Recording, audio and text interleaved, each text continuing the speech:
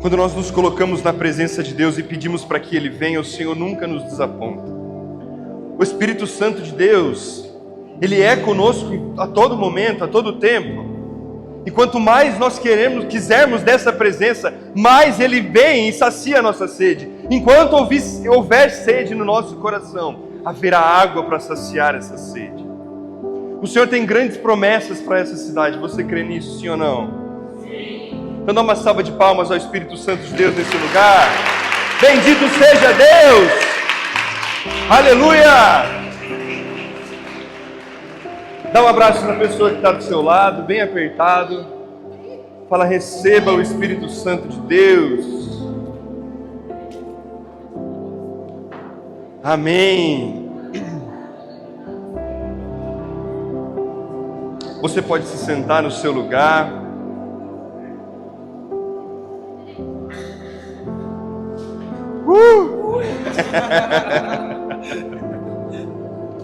Amém, família? Amém? Estou muito feliz de estar aqui. Estou muito feliz de estar nessa cidade. Estou aqui retornando a Paulistana. Estivemos aqui algumas vezes, mas estou muito feliz de estar aqui de novo. Quero me apresentar para você que não me conhece. Me chamo Paulo Vinícius. Sou casado com a Camila, aquela mulher linda que está ali. Olha lá, agora fingiu que não é com ela, olha lá. Pai das Marias, Maria Lise e Maria Cecília, pai de um anjinho no céu também. E consagrado dessa obra da Colo de Deus, tem um discipulado com pregadores. Quem aqui tem chamado a pregar o Evangelho? Já teve vontade? Deixa eu ver. Ah, vai ter um monte de gente que está escondendo aí o ouro, eu sei. Lá no meu Instagram, eu dedico tempo a esse discipulado, a ensinar você que quer começar a pregar o Evangelho. Estou muito feliz de estar aqui mais uma vez, dizendo isso para vocês. Estou aqui para trazer uma palavra de esperança, uma palavra de fé que vem do coração de Deus. E enquanto a gente rezava por esse momento, por esse dia, tudo aquilo que já foi ministrado nesse encontro, a pregação da nossa irmã que veio antes daqui da minha, ela veio quase preparar para essa pregação e nós não nos conversamos. O Espírito Santo de Deus, ele já está nesse lugar. Ele está preparando desde o princípio todas as coisas, para que nós não saiamos daqui do mesmo jeito que nós chegamos. Você consegue entender isso, sim ou não? Você não pode se dar o direito de sair daqui do mesmo jeito que você chegou. Olha para a pessoa que está do seu lado e fala isso para ela. Fala, você não pode sair daqui do mesmo jeito que você chegou. Porque eu não vou deixar, fala para ela. Eu vou botar a minha mão na tua cabeça, fala para ela. Agora levanta a tua mão de profeta assim, ó, mais alto que você puder. Bota a mão na cabeça da pessoa que está do seu lado e fala para ela assim, ó, receba o Espírito Santo de Deus. Aleluia.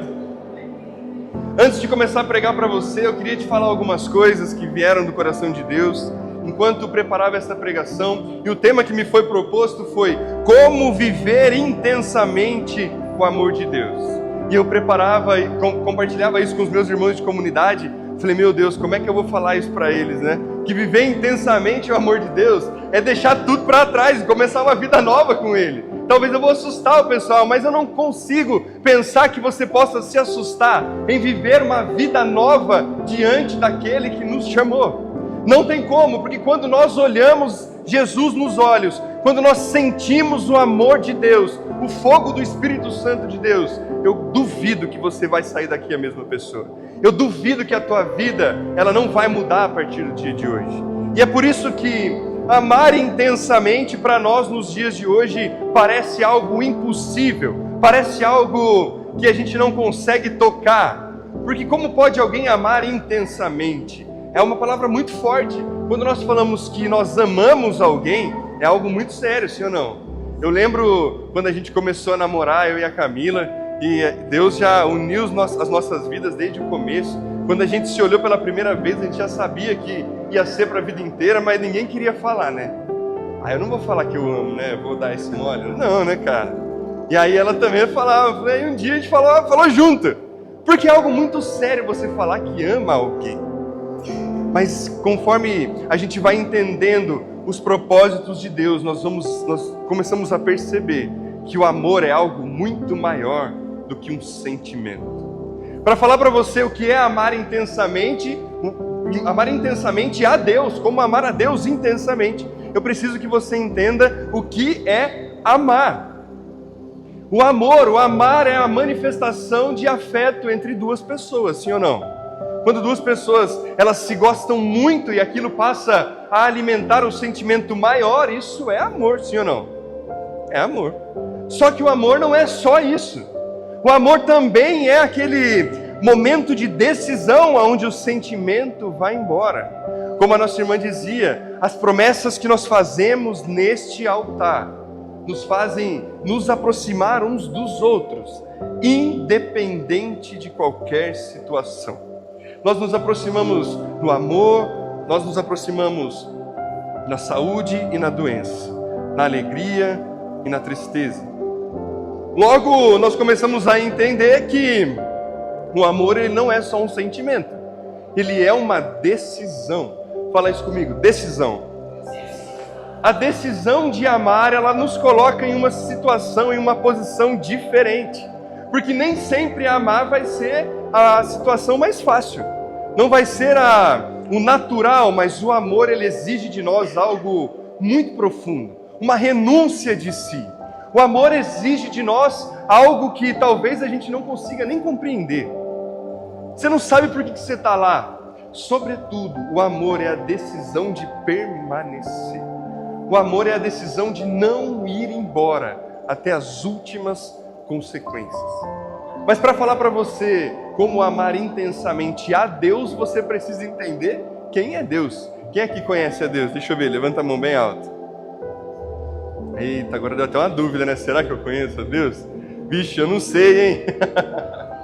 Deus é aquele que criou todas as coisas segundo a sua imagem e semelhança. Deus é aquele que quis criar o homem. O catecismo da Igreja Católica vai dizer que nós não somos frutos do acaso, mas nós somos frutos da vontade livre de Deus.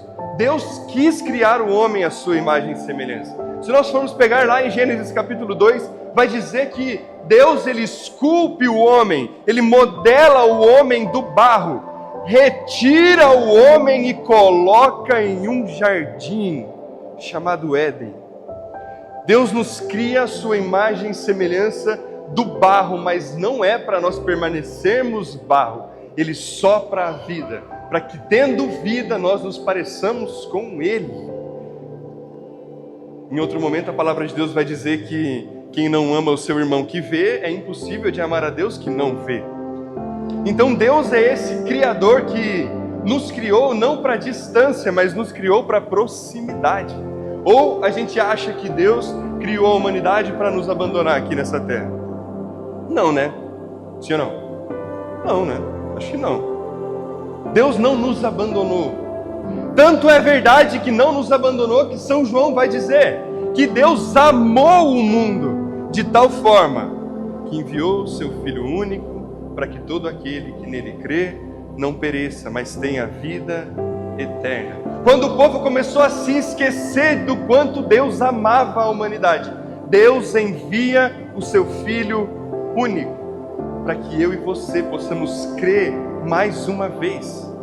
São João vai dizer ainda algo mais ousado sobre Deus. Ele vai dizer que Deus amou o mundo, sim, mas lá no capítulo 14 do Evangelho de São João, ele vai dizer que Deus é o amor. E se Deus é o amor, Deus não nos ama porque Ele é decidido, mas é porque Ele está dentro de mim e de você. Se Deus está aqui dentro, não tem como não amar a Deus. Você consegue entender isso, sim ou não? Será que você consegue reconhecer o quanto Deus te ama e de verdade?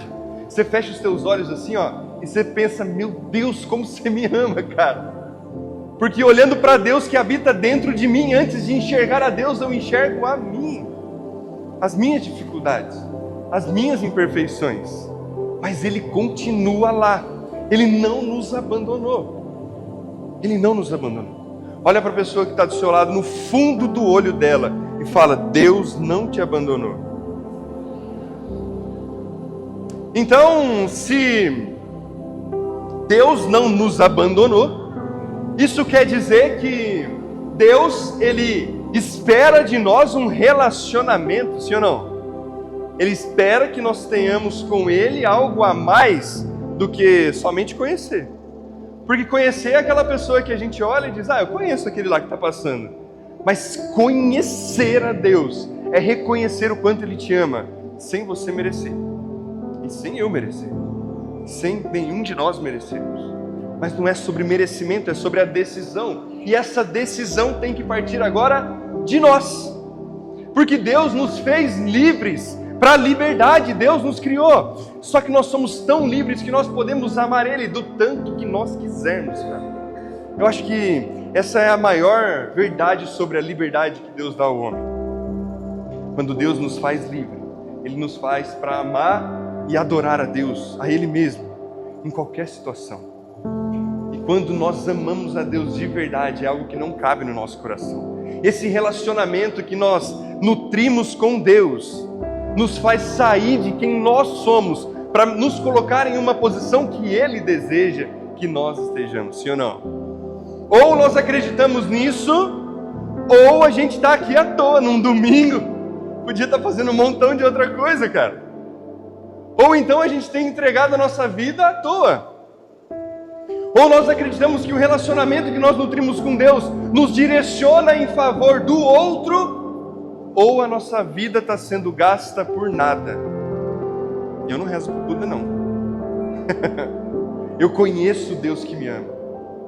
E por isso, reconhecendo o Deus que me ama, eu nutro, eu alimento esse sentimento que Deus me amou primeiro. Esse sentimento que Deus colocou no meu coração primeiro. O livro de Cântico dos Cânticos vai relatar uma história de amor entre um homem e uma mulher. Quem conhece o livro de Cântico dos Cânticos aqui? Levanta a mão, deixa eu ver. Ou já ouviu falar alguma vez? Quem estava na missa? Quem estava na missa hoje? No final da missa nós cantamos Cântico dos Cânticos. Quem é esta que ama? Capítulo 6 de Cântico dos Cânticos. Vai dizer sobre um relacionamento entre um homem e uma mulher, dizendo que o amor entre duas pessoas aqui prefigura o amor de Deus por nós. É como se nós alimentássemos um amor profundo uns pelos outros, cumprindo um mandamento que o próprio Jesus nos deixou: amai a Deus e ao próximo como a ti mesmo. E quando nós amamos uns aos outros, nós encontramos com um amor que é divino e é de Deus. É por isso que a gente tem confundido os amores, porque nós colocamos nos nossos relacionamentos coisas desse mundo e não nas coisas de Deus. Antes de ler para você um trechinho aqui da palavra, um pedaço que movimentou meu coração enquanto eu rezava por esse momento, eu quero dizer a você que os nossos relacionamentos humanos, eles dizem como é o nosso amor com Deus. E quando Deus nos encontrou lá na cidade de Domélia, um dia despretensioso, num domingo de Páscoa, eu não queria absolutamente nada com nada da minha vida. Eu já estava namorando a Camila e eu achei que a gente ia até terminar, porque aquilo não ia dar em lugar nenhum, eu não queria nada com nada. Tentei terminar com a Camila um monte de vezes, mas não dava, não tinha alguma coisa, não deixava a gente se separar. E aí o dia que Ele me encontrou, o dia que Deus me olhou nos olhos e me amou de verdade, a minha cabeça virou um 8, assim, ó, virou do avesso, cara. Eu saí de lá daquele lugar, eu olhei para a Camila e falei, eu não queria não, mas Deus me amou. Então eu vou ter que ser padre, vou ter que largar de ser, minha filha. Porque para mim era assim, se eu reconhecesse, se Deus falou comigo, eu tenho que ser padre ou nada, né? Aí que eu fui descobrir que existia vida de comunidade, outras coisas, né? Que dava para ser santo no casamento, né? Mas isso quer dizer que Deus me amou de tal forma que a partir daquele dia minha vida não foi mais a mesma. A partir daquele domingo de Páscoa eu não consigo mais olhar para as coisas do mesmo jeito, eu não consigo mais acordar sem pensar no que é que Ele quer fazer na humanidade. Eu não consigo me contentar com um pouco, eu não consigo... É algo involuntário. Mas é esse amor que nos movimenta. E quando nós fomos nos casar, na semana do nosso casamento, eu olhei para a Camila e falei, olha, você sabe o tanto que eu amo a Deus. Você sabe o tanto que eu amo a Deus. Então você está casando com tudo que é dele. Se você quiser, você vai casar com o que sobrar. Porque o dia que eu te amar mais do que eu amo a Deus, eu vou ser incapaz de te fazer feliz. E o amor de Deus prefigura a relação humana nisso. Se nós não reconhecemos o quanto Deus nos ama, as nossas relações serão imperfeitas. Serão imperfeitas. A fidelidade vem de Deus. A proximidade uns com os outros vem de Deus. Porque em relacionamentos desse mundo, nada tem a nos oferecer. E você precisa alimentar então o seu amor a Deus. Mas é um amor intenso. Olha para a pessoa que está do seu lado e fala assim, ó, é intenso o que Ele quer. Fala de novo, é intenso o amor. Abra a palavra comigo no Evangelho de São Mateus, você que trouxe a sua Bíblia. Você que não trouxe a sua Bíblia, a pessoa está do seu lado, olha para ela e fala assim, ó. Quem quiser usar o celular pode. Evangelho de São Mateus, capítulo 19. Enquanto você procura, reza comigo, pedindo aos nossos anjos da guarda que venham proteger os nossos sentidos espirituais. Santo anjo do Senhor, meu zeloso guardador.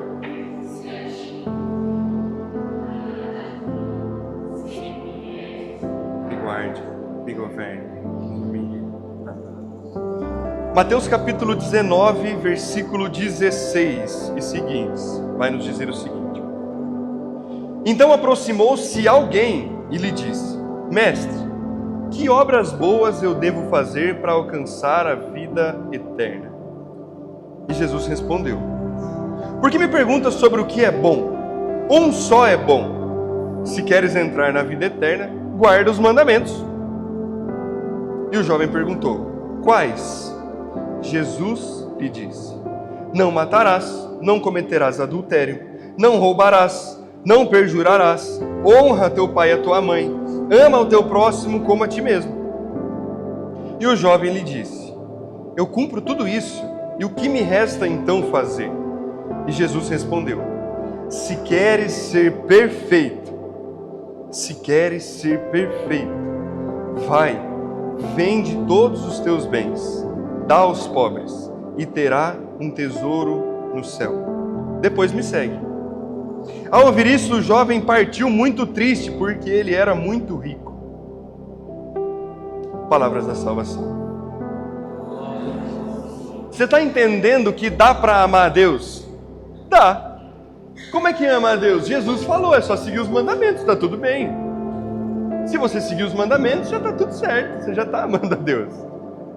Mas e aí o jovem descontente, aquele rapaz que estava ali diante de Jesus, ele estava inquieto, falou, mas isso eu já faço. O coração dele queimava por algo a mais, ele queria amar mais a Deus, ele reconhecia quem era Jesus, e reconhecia que ele tinha uma palavra de vida eterna, e ele queria mais de Deus, e pergunta a Jesus, mas isso eu já faço, o que mais que eu tenho que fazer? E aí Jesus olha para ele e fala, ó filho, se você quiser ser perfeito, se você quiser amar intensamente a Deus, vai, vende tudo que tem, depois você me segue. E ele foi embora muito triste, porque era muito rico. Depois a palavra vai continuar dizendo que Jesus olhou para os discípulos e falou, como é duro para os ricos entrar no reino dos céus. Mas nós precisamos entender isso aqui por uma outra ótica. Quando Jesus fala para aquele jovem, você para ser perfeito deve vender tudo que tem, e você deve dar aos pobres, e depois você vem e me segue, ele não está falando sobre dinheiro. Jesus ele está falando sobre o mero cumprimento de uma lei. São Paulo depois ele vai dizer aos Efésios, vai dizer aos Hebreus, vai dizer aos Colossenses, vai dizer em algumas das suas passagens que a lei não se sustenta pela lei. O amor intenso a Deus, o amor intenso a Jesus não é baseado em lei, mas é baseado em princípios, e princípios são inegociáveis. Princípios são inegociáveis. Quando Jesus fala assim, ó, vai então, dá tudo que você tem e volta, depois você me segue. Jesus conhecia o coração e o apego daquele jovem. Jesus sabia onde é que estava o apego daquele jovem. Jesus sabia onde é que estava a dificuldade do coração daquele jovem. E é nisso que Jesus vem nos provar, para viver um amor intenso a Ele. Para viver um amor intenso é preciso desapegar das coisas que nos prendem aqui. Para viver um amor intenso é preciso primeiro se reconhecer como filho. Mas para você entender e tornar essa pregação um pouco mais didática, eu quero te convidar a meditar comigo 3 pontos sobre esta passagem. Fala comigo assim, 3 pontos. O primeiro ponto é: Deus nos tirou do barro para não voltarmos para lá. Fala isso comigo. Deus nos tirou do barro para não voltarmos para lá. Quando Deus ama o mundo, quando Deus ama o homem, Ele ama sem condições, sim ou não? Ele ama esperando de nós e sabendo que todos os sacrifícios que nós fôssemos realizar nos altares de adoração seriam insuficientes para adorar a Deus na plenitude. Sabendo disso, Deus é quem envia o Cordeiro Santo para ser imolado uma última vez, no último altar, o altar da cruz. Aquele Cordeiro foi perfeito. Se nós oferecêssemos a Deus todos os nossos sacrifícios, São Paulo vai dizer isso na carta aos Hebreus, se nós oferecêssemos todos os sacrifícios que nós pudéssemos a Deus, o melhor do que nós temos e produzimos, seríamos insuficientes na adoração. Mas Deus amou o mundo de tal forma que enviou do céu o seu Cordeiro, para que fosse sacrificado pela minha vida e pela tua vida. E talvez você ouça isso e já tenha ouvido isso uma centena de vezes. Mas olha com os olhos de amor para Deus agora. Quando Deus nos tira do barro é para que nós não voltássemos para lá. Eu não sei como é que a tua vida está caminhando, eu não sei os lugares aonde você tem pisado, eu não sei o quanto você tem aberto mão do amor de Deus por você. Mas o que eu tenho a te dizer é que Deus não te quer no barro. Imagina você modelando uma escultura de barro, quando você toca nela as tuas mãos se sujam.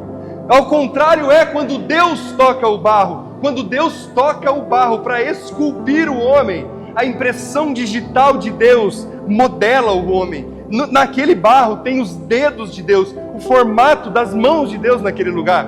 Nós fomos formados por esse processo de mistura do barro. Deus amassa, Ele se mistura com o homem ali naquele lugar. E a palavra de Deus vai dizer que Ele retira o homem daquele lugar. Retirando de lá é para nós nunca mais voltarmos para lá. Se nós olharmos para esse jovem quando ele diz assim: então não dá mais, né Deus? Você que é para vender tudo, eu vou embora. Ele está querendo voltar aonde? Lá ser barro.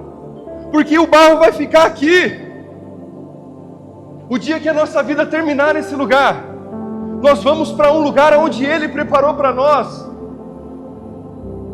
E nesse lugar não tem barro. Nesse lugar não tem espaço para aquilo que fica. Não tem espaço para matéria. Só tem espaço para o amor. Quando Deus nos tira daquele lugar, é para que nós lutemos todos os dias para nos limpar desse barro que nós saímos. Nós somos convidados todos os dias a olhar para nós e nos reconhecer que do barro nós viemos, ao pó nós voltaremos, mas a nossa alma é eterna junto de Deus. Jesus é quem diz isso para nós, que Ele está indo ao Pai preparar uma morada para mim e para você. Só que essa morada, a chave para adentrar esse lugar é o amor. E se nós não aprendemos o que é o amor aqui, nos tornaremos barro de novo. Eu não quero ser barro mais, você quer? Sim ou não? Ixi, Maria, ruim demais. Sim ou não? Eu tenho certeza que não. A segunda lição que essa passagem tem a nos ensinar é que as coisas do mundo passam muito rápido. Fala isso para a pessoa que está do seu lado. Isso aqui passa muito rápido. Fala. Mas você falou que eu acho que ela não tem, nem tentou acreditar. Fala com convicção. Fala, as coisas daqui passam muito rápido.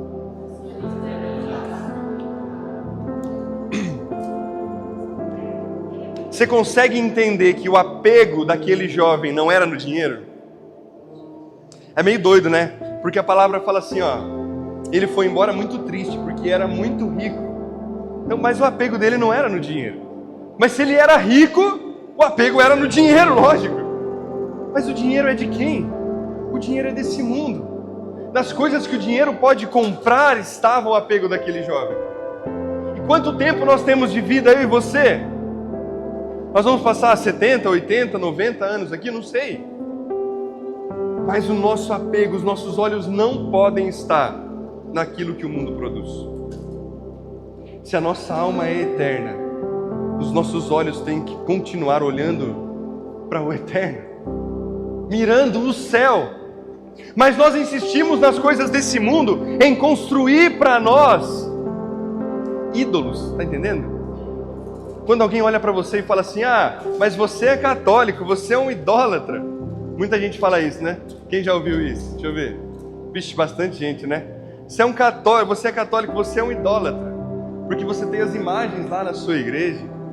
Quem dera o perigo da idolatria fossem as imagens, porque a gente destruiria ela e estava livre da idolatria. Mas longe disso, o perigo da idolatria é tudo aquilo que nós construímos em nós. Esse jovem construiu nele um apego pelas coisas do mundo que tornou Deus a matéria. Isso é idolatria. Tudo aquilo que nós colocamos no lugar de Deus. A palavra vai dizer que nada pode expressar quem Deus é. Nada é capaz de expressar quem Deus é, o que Deus é. Nenhuma palavra é capaz de expressar quem Deus é. Se nós formos olhar o que Deus diz quando perguntam o nome dele, ele diz: eu sou aquele que sou. Depois nós vamos encontrar Deus chamando de Yahvé, mas Yahvé não tem tradução. Nada pode expressar quem Deus é. Por isso nosso coração deve estar apegado à criação, ao amor de Deus por cada um de nós. Ou é isso, ou nós vamos colocando coisas dentro de nós que vão tomando o lugar de Deus. Isso é idolatria. Seja a tua riqueza, seja o teu dinheiro, seja as coisas que você tem, ou seja a tua reputação, ou seja aquele relacionamento que você mantém escondido, ou seja as coisas que te fazem não vir à missa no domingo, ou seja uma ideia que tem colocado na tua cabeça, ou seja uma ideologia que tem tomado conta desse mundo e você está colocando isso no lugar de Deus, ou seja ainda um simples, eu sou católico, mas isso aqui não concordo. Está entendendo, sim ou não? Quando nós colocamos qualquer coisa no lugar de Deus, nós estamos perdendo tempo.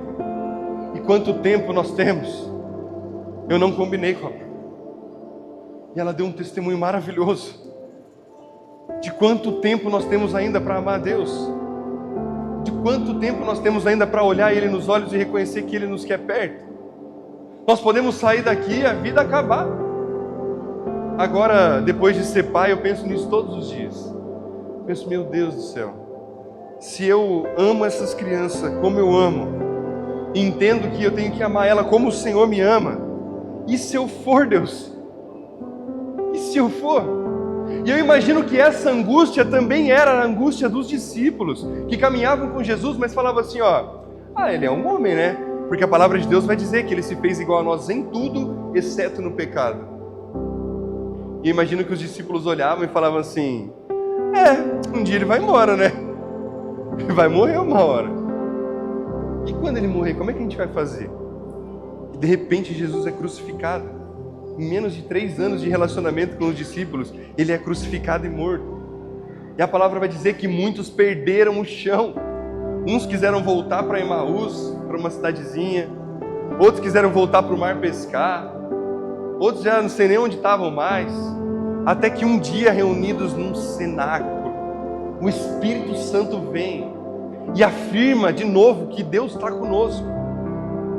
E como é que pode um amor que tenta preservar a vida quando não tem mais perto, mas quando encontra com a verdade do amor, rompe as portas do cenáculo e quer se entregar por amor? Porque a palavra vai dizer como morreram os discípulos. Pedro morreu crucificado de cabeça para baixo. Paulo não viu Jesus, era um perseguidor de cristãos, mas morreu degolado. Outros com a pele arrancada. Que amor é esse? O que é que esses homens viram? Que reconheceram que nada desse tempo que passa rápido vale mais do que a salvação. O que é que eles sentiram naquele cenáculo que fez ele romper as portas daquele lugar e começar a anunciar sem barreira nenhuma? sem vergonha nenhuma. Talvez no pouco tempo que te reste aqui, existem pessoas que estão morrendo porque ainda não ouviram a tua voz. Já parou para pensar nisso? Talvez existam pessoas que hoje caminham perdidos porque ainda não encontraram com os olhos de Jesus nos teus olhos. Está entendendo? Talvez Jesus queira amar mais a humanidade no pouco tempo que te resta de vida, através da tua vida, através dos teus olhos. Talvez é isso que falte. Hoje Jesus não caminha mais conosco aqui, mas o Espírito Santo é quem nos move, é quem nos movimenta, é quem faz Jesus permanecer vivo nesse lugar. Ontem estava com alguns irmãos de comunidade e a gente partilhava sobre as vezes que nós sentimos que fomos usados pelo Espírito Santo. Quando você sentiu que teve uma experiência com o Espírito Santo? E aí uns falavam, nossa, foi no retiro, quando rezaram por mim e o meu corpo estremeceu inteiro, e aí eu encontrei com Ele. E aí a gente começou a pensar o quanto Ele já fez. A gente começou a pensar na quantidade de vezes que nós pedimos e Ele veio. Eu não consigo contar para vocês aqui a quantidade de pessoas que eu nem conheço, mas param a gente no mercado, falam, meu Deus, você mudou a minha vida. Eu falei, eu não, filho, o Espírito Santo de Deus. E bendito seja Deus, porque é isso. Deus nos faz um com Ele, é para isso, para que no pouco tempo que nós passamos aqui, nós impactemos a maior quantidade de pessoas possíveis. Passa rápido, sim ou não? Você está acordado? Dá um oi para mim. Dá um glória a Deus quem está acordado. Amém. Olha só como o apego daquele jovem rico não era no dinheiro. Teve um rei chamado Salomão. Fala comigo, Salomão. A palavra vai dizer que ele foi o homem mais rico da terra. Alguns estudiosos convertem o dinheiro que Salomão teria nos dias de hoje, e é impossível juntar nenhum homem mais poderoso da terra teve em dinheiro como esse homem teve.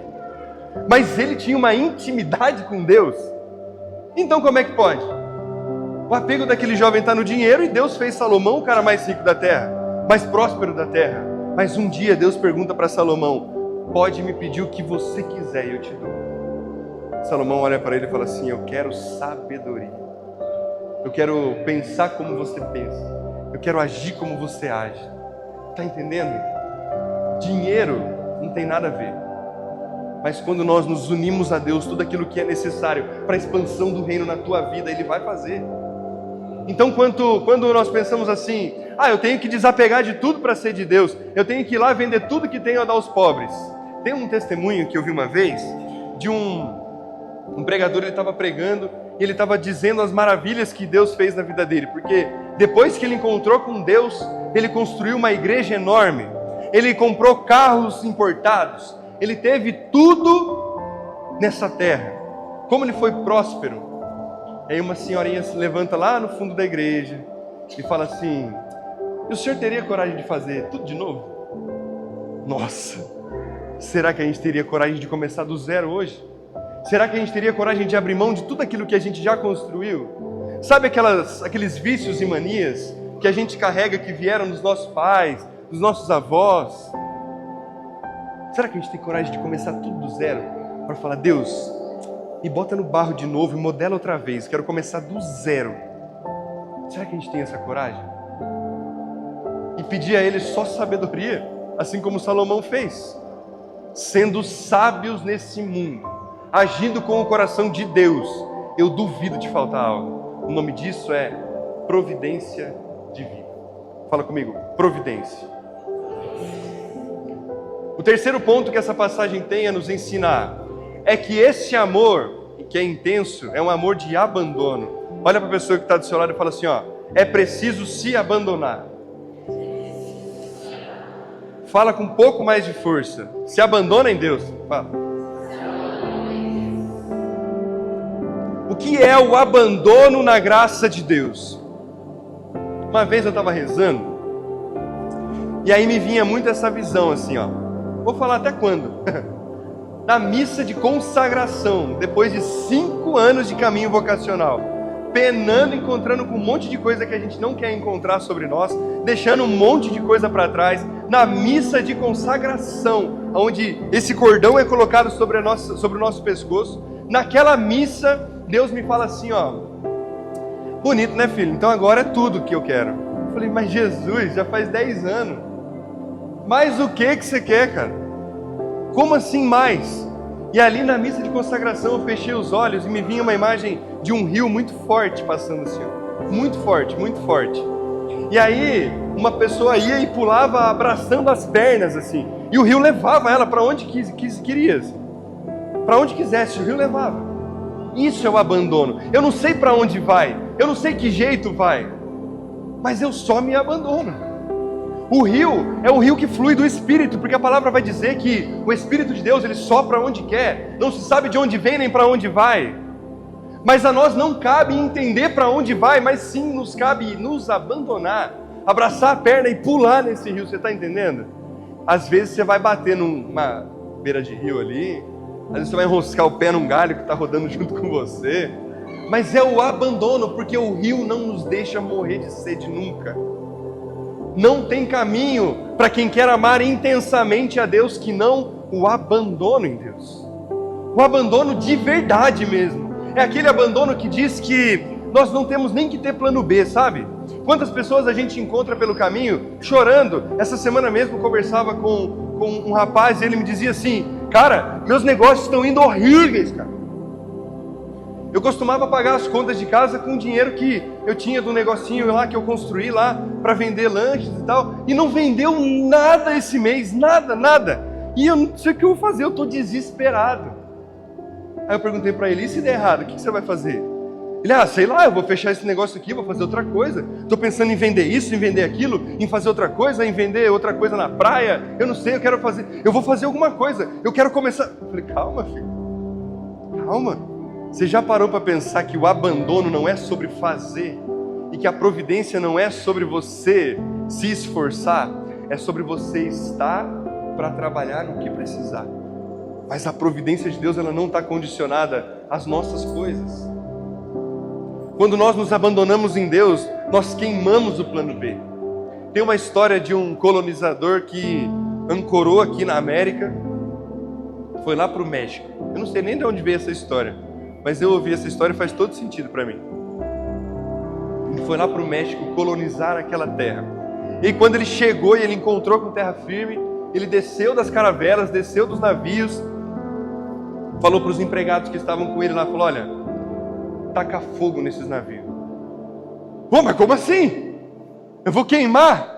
Ele falou, isso, nós vamos queimar os nossos navios na praia, para que quando a dificuldade vier e nós tivermos vontade de voltar, que a gente lute por esse lugar que nós conquistamos com a nossa própria vida.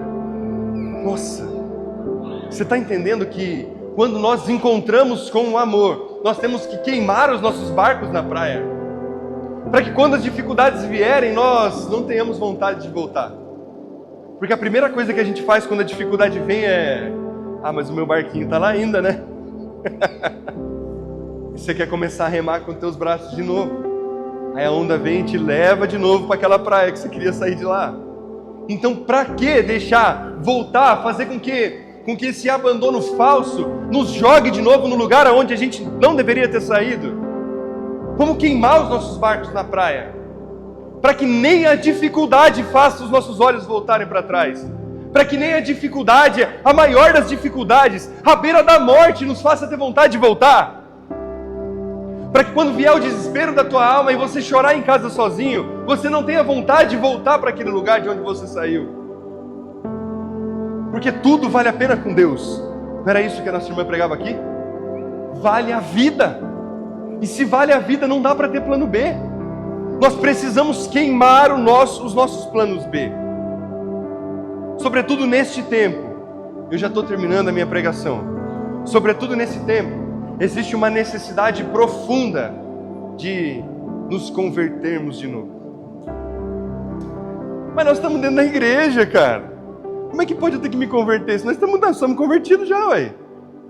Mas se isso fosse verdade, não existia quarta-feira de cinza, né? Não existia o terceiro mistério luminoso. A pregação do Evangelho, o convite à conversão. Não existia cinzas na nossa testa.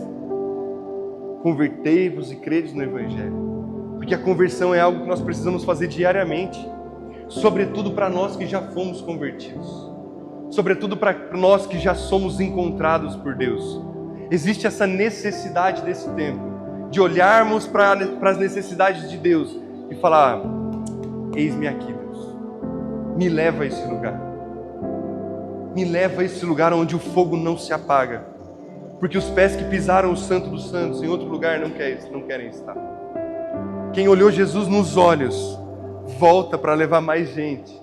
Assim foi com aquela samaritana no poço. Quando ela reconhece quem Jesus é, o que ela faz? Ela vai à cidade e conta a todos quem era Jesus. Para que todo mundo venha e esteja com Ele. Como ela teve esse encontro com Ele. Existe no nosso tempo essa necessidade pela santidade, pela conversão diária. E essa conversão diária tem que ser essa motivação do nosso coração. Para que nós não tenhamos medo de queimar as nossas barcas na praia. Quero que você fique de pé no seu lugar.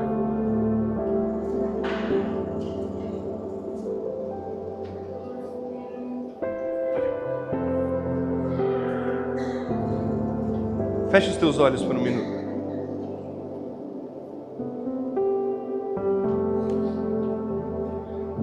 Vá pensando aí